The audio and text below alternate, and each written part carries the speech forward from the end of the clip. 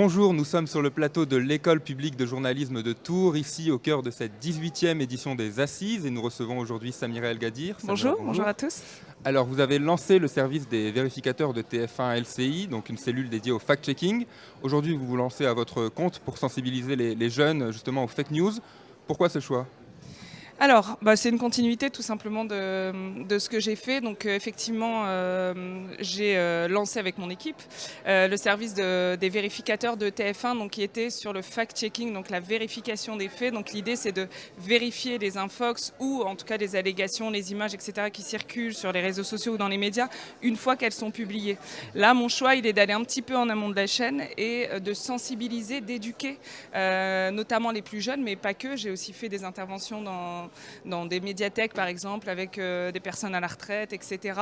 qui ont besoin de clés pour comprendre tout cet univers tout simplement, la profusion de contenu qu'on peut voir aujourd'hui notamment sur les réseaux sociaux. On parle aussi de l'intelligence artificielle avec des images de plus en plus réalistes. Donc l'idée c'est un peu de sensibiliser tout le monde, enfin en tout cas le plus large public possible, de donner des clés à chacun, de comprendre ce que c'est qu'une information contrairement à un contenu sur les réseaux sociaux, c'est quoi le job d'un journaliste contrairement à un influenceur, etc. Voilà, donner des clés à tout ça, c'est ce qu'on appelle l'éducation aux médias et à l'information. Et c'est ce que je veux faire. Et justement, on parlait des réseaux sociaux. On voit que l'intelligence artificielle est de plus en plus utilisée pour générer des textes, des images et même des vidéos parfois. Est-ce que pour vous et pour la profession, c'est plutôt une révolution ou une menace supplémentaire ? C'est un peu les deux en réalité, parce que l'intelligence artificielle, c'est un outil.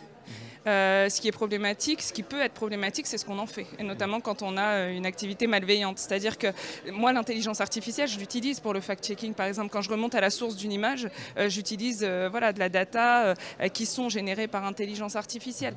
Mais l'intelligence artificielle permet aussi à certains, grâce à des outils qui aujourd'hui sont très accessibles, de produire des faux contenus et de les diffuser, notamment sur Internet et les réseaux sociaux, qui sont très réalistes et qui sont trompeurs. Donc il y a les deux.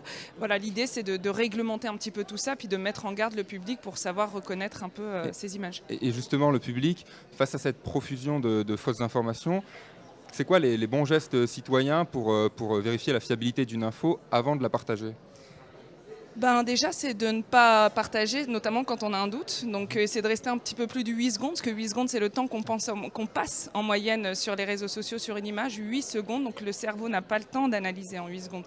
Donc déjà, rester un petit peu plus longtemps, essayer d'analyser, notamment quand on a un doute, regarder la source d'une information. Je ne demande pas à ce que on soit tous fact-checkers. Moi, j'ai été formée moi-même à ces outils-là, donc ça prend du temps, etc., même si c'est accessible à tous. Mais en tout cas, déjà, ne serait-ce que s'interroger. Vérifier avant de repartager. Regarder qui diffuse l'information. La source, c'est quand même la clé de l'information. C'est comme ça que nous, on travaille en tant que journaliste. On cherche la source d'une information. Donc déjà, si on se pose ces 3 questions-là, je pense qu'on arrivera à limiter l'impact de la désinformation sur les réseaux sociaux. Eh bien, merci Samira El Gadir d'avoir répondu à ces quelques questions. La couverture des Assises continue sur les réseaux sociaux de l'EPJT et sur le site internet factoscope.fr.